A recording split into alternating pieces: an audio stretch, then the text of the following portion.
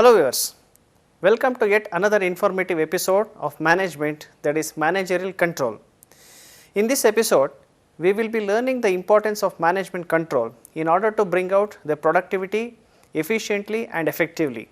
Here, you will learn the various steps in controlling and also various techniques in controlling system exercised by the management. This episode is divided into 5 parts: managerial control and its definitions, steps in controlling, requirements of effective control system, traditional control techniques, modern control techniques.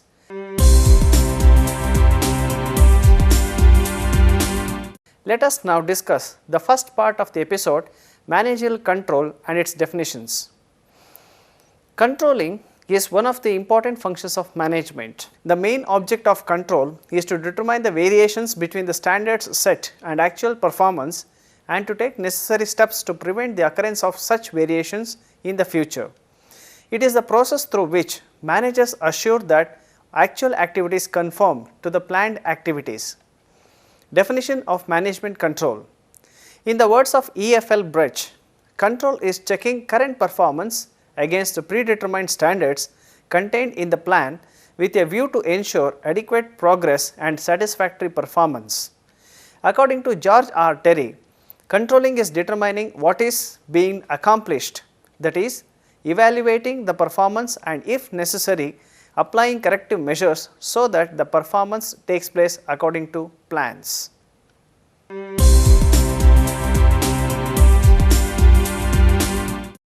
Steps in controlling. Managerial control consists of assuring that the results of operation conform as closely as possible to the established goals and predetermined standards. The essential steps in an control process are: number 1, establishment of goals or standards; number 2, measurement of actual performance against standards; number 3, taking corrective actions; number 4, follow through actions. The first step in the control process is to establish standards against which results can be measured. Since entire operations cannot be observed, each organization first develop its own list of main result areas for which the employees must aim to fulfill. Standards may be tangible or intangible, abstract or specific, but these must be so expressed that people concerned understand them and the accomplishment of assigned duties can be measured against them. The standards the managers desire to obtain in each key area should be defined as far as possible in quantitative terms. In practice, however, standards tend to be of the following types. Number 1, physical standards. Physical standards such as labor hours per unit of output, units of production per machine hours, and so on. Number 2, cost standards.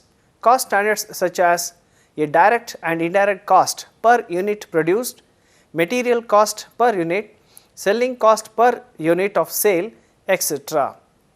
Revenue standards. Revenue standards such as average sale per customer, sales per capita in a given market area, etc. Capital standards. Capital standards like the rate of return on capital invested, ratio of current assets to current liabilities, etc. Intangible standards. Intangible standards like competence of managers and employees, success of a public relation program, etc. In general, the standards should emphasize on the achievement of results rather than the conformity to rules and methods. If people concentrate only on rules and methods, then they will start concentrating on complying with rules and methods than focusing on to the final results. The second step, measurement of actual performance against standards. The second step in the control process is to measure the actual performance and compare them with the predetermined standards. Measurement of performance can be done by physical observations, study of variation summaries of reports, charts and statements.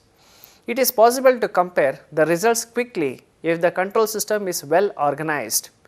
The observations may reveal variations. Some variations are desirable, such as the output above the standard and the expenses reduced below the standard, etc. But some other variations are undesirable, such as low productivity, lagging behind the delivery schedule as agreed with the customer, etc. Measurement of performance is often described as a mere post-mortem of past events. However, checking on performance is not intended just to determine that a mistake has been made. Rather, it enables the manager to predict future problems. Moreover, as new techniques are being developed to measure the performance with a reasonable degree of objectivity, useful standards at higher as well as lower levels of management are bound to emerge. When the comparing of actual performance against the set standards and if any deviations are found, the third step in the control process is to take corrective actions. Corrective action should be taken without any delay so that the normal position can be quickly restored. Some innovative people and organizations have already built in corrective actions in their control process. If the deviations are due to controllable factors, some even go to the extent of identifying the uncontrollable factors and developing alternative courses of action for deviations. When deviations occur and the procedures regarding corrective actions are given in advance to the performers of job, actions can be taken without delay. The following are the important phases of corrective actions. Number 1 is the operational phase. Prompt investigation of causes of deviation is to be done at this operation phase. Decisions concerning the requirement of corrective actions, prompt direction for correcting the situation in accordance with the decisions, close supervision of the corrective action to ensure that it is taking place according to the instructions and is effective. Number 2 is the administrative phase. Further investigation of recurring difficulties to determine the basic factors, either human or physical, that are responsible. Disciplinary action, they are positive or negative as the situation requires. Creative planning to prevent a free occurrence of the situation, recognition of the situation and the introduction of the planned measurement. A manager should not assume that once the corrective action is recommended, his job is complete. Often, the control process becomes ineffective or fails because the corrective action recommended is not followed through. Specific procedure must be established and the responsibility must be clearly assigned to carry out the corrective actions. This is the follow through actions. Say for instance, based on the performance of an individual, the manager recommends a corrective action where that individual should undergo some job related special training. The responsibility of the manager is not over by just making this recommendation. The superior must follow through his recommendations to see whether the individual participates and makes progress in training program and to what extent he relates to his actual work situation, whatever he has learned in the training programs.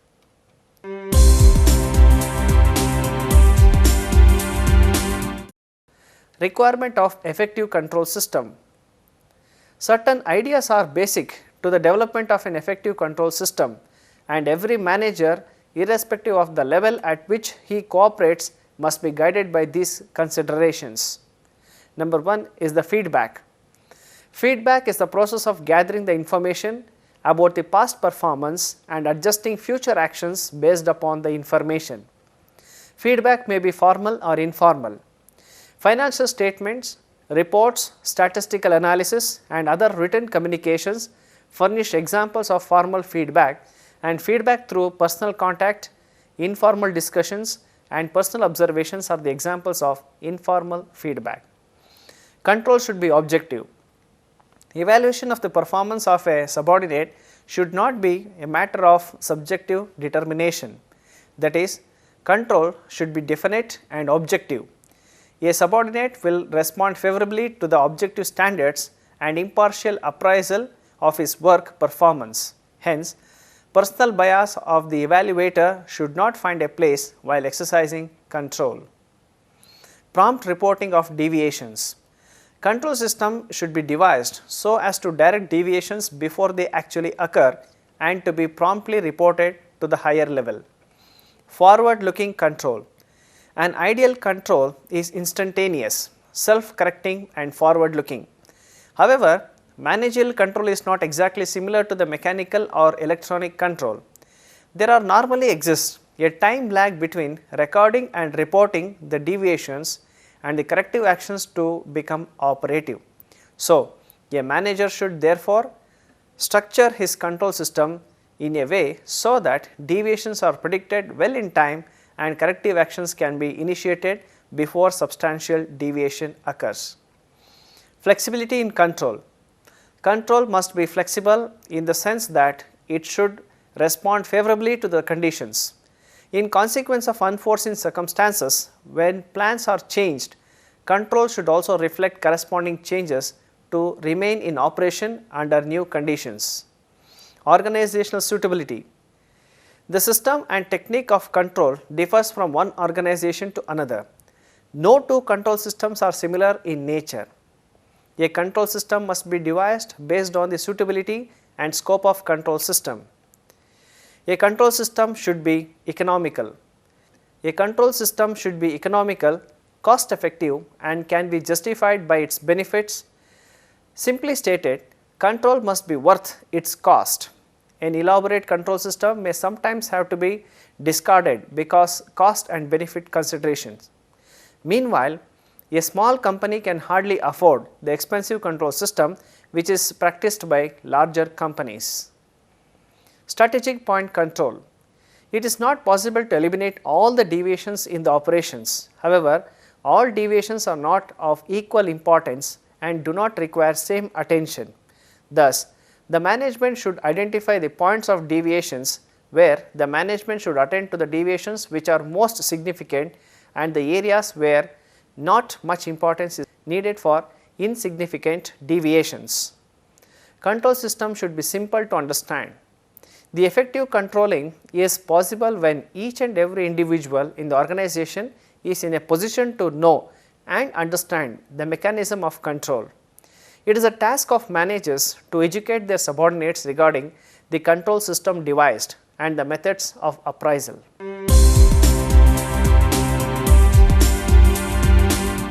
Control techniques.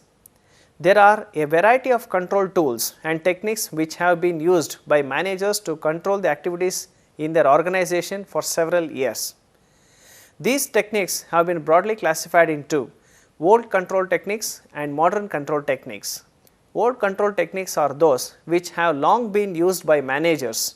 Despite the newer techniques of controlling have emerged, some of the traditional techniques are still very popular because of their special significance and continuing utility. Some of the important techniques are personal observations, reports, standing orders, budgets, responsibility accounting, financial statement analysis and ratio analysis, break-even analysis, internal and external audit, etc.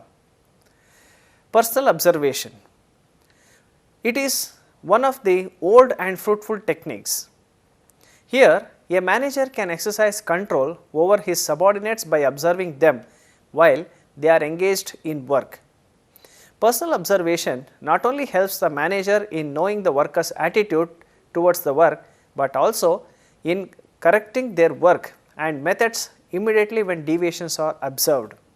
Moreover, when the worker knows that he is being observed by his superior, he will be alert and perform to his best. Reports.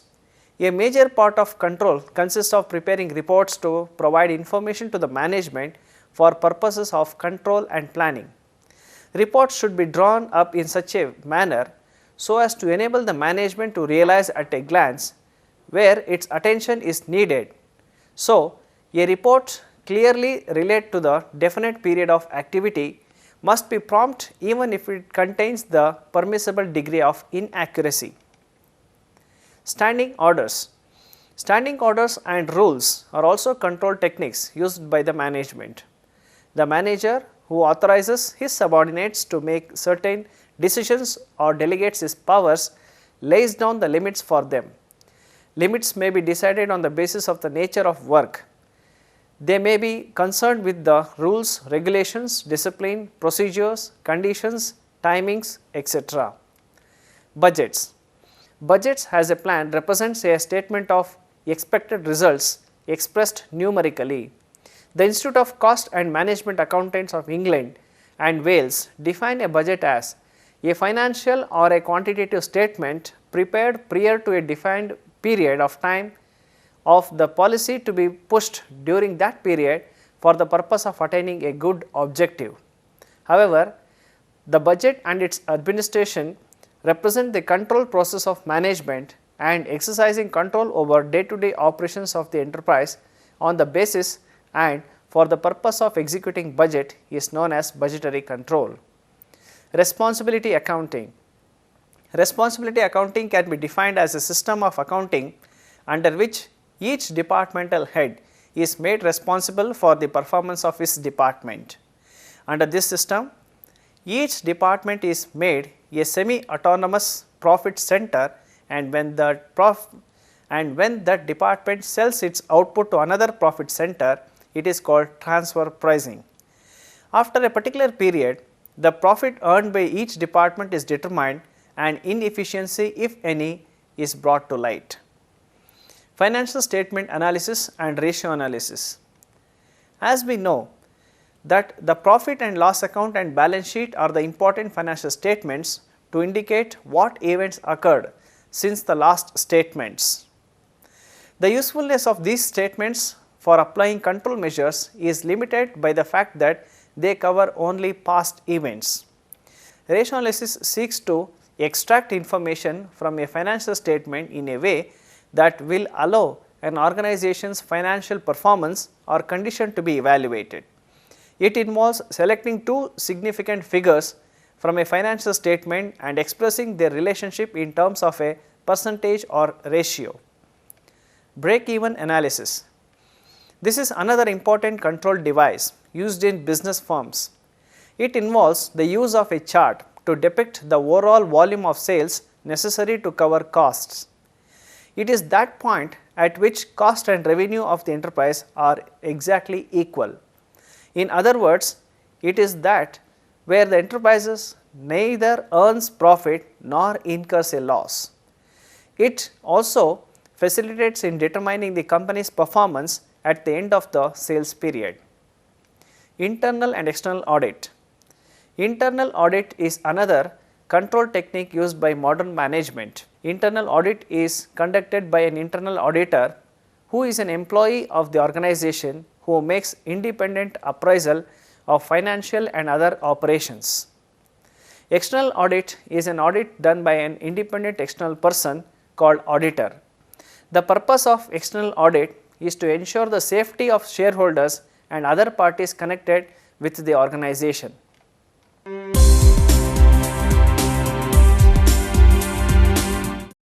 Modern control techniques. Modern control techniques usually reflect the system of techniques long used in physical sciences such as operations research, programmed evaluation and review techniques, critical path method, total quality management, just-in-time approach. Let us now discuss one by one. Operations research. Operations research is one of the important modern management control technique which encompasses a wide range of problem solving techniques and methods applied in the pursuit of improved decision making and efficiency such as simulation, mathematical optimization, decision analysis, etc. Nearly all of these techniques involve the construction of mathematical models that attempt to describe the system. Programmed evaluation and review technique is a method to analyze the involved tasks in completing a given project, especially the time needed to complete each task and to identify the minimum time needed to complete the total project. PERT was developed primarily to simplify the planning and scheduling of large and complex projects. PERT is more of an event oriented technique rather than start and completion oriented, and is used more in projects where time is the major factor rather than cost. It is applied to very large scale, one time, complex, non-routine infrastructure and research and development projects. This project model was the first of its kind, a revival for scientific management founded by Frederick Taylor and later refined by Henry Ford. Critical path method. The critical path method, known as CPM, is a project modeling technique developed in the late 1950s by Morgan R. Walker and James E. Kelly Jr. in 1989. CPM is commonly used with all forms of projects including construction, defense, aerospace, software development, research projects, product development, engineering and plant maintenance, among others. Any project with interdependent activities can apply this method of mathematical analysis. Although the original CPM program and approach is no longer used, the term is generally applied to any approach used to analyze a project network logic diagram. Total quality management, popularly known as TQM. Total quality management is an integrative philosophy of management for continuously improving the quality of products and processes. TQM is based on the premise that the quality of products and processes is the responsibility of everyone involved with the creation or consumption of the products or services which are offered by an organization, requiring the involvement of management, workforce, suppliers and customers to meet customer expectations. There are 9 common TQM practices. Number 1, cross-functional product design. Number 2, process management. Number 3, supplier quality management. Number 4, customer involvement. Number 5, information and feedback. Number 6, committed leadership. Number 7, strategic planning. Number 8, cross-functional training. And number 9, employee involvement. Just-in-time approach. Just-in-time approach is a production strategy used in a manufacturing industry that strives to improve a business return on investment by reducing in-process inventory and associated carrying costs. JIT focuses on improving a manufacturing organization's return on investment, quality and efficiency. To achieve continuous improvement, just-in-time focuses on the key areas such as inventory flow, employee involvement and quality. Thus, just-in-time inventory system advocates the principle of the right material at the right time, at the right place and in the exact amount. To sum up, controlling is an important function of management. Controlling ensures that actual activities are in alignment with the planned activities. Controlling has 4 important steps: establishment of goals or standards, measurement of actual performance against standards, taking corrective actions and follow through actions. To be effective, a control system should have the mechanism of feedback, should be objective, prompt reporting, forward looking, flexibility, economical, suitable for each department and easy to understand.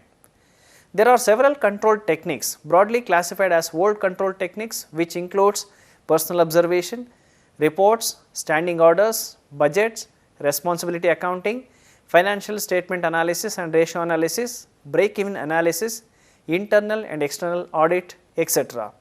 And modern control techniques such as operations research, programmed evaluation and review techniques, critical path method, total quality management, just-in-time approach, etc.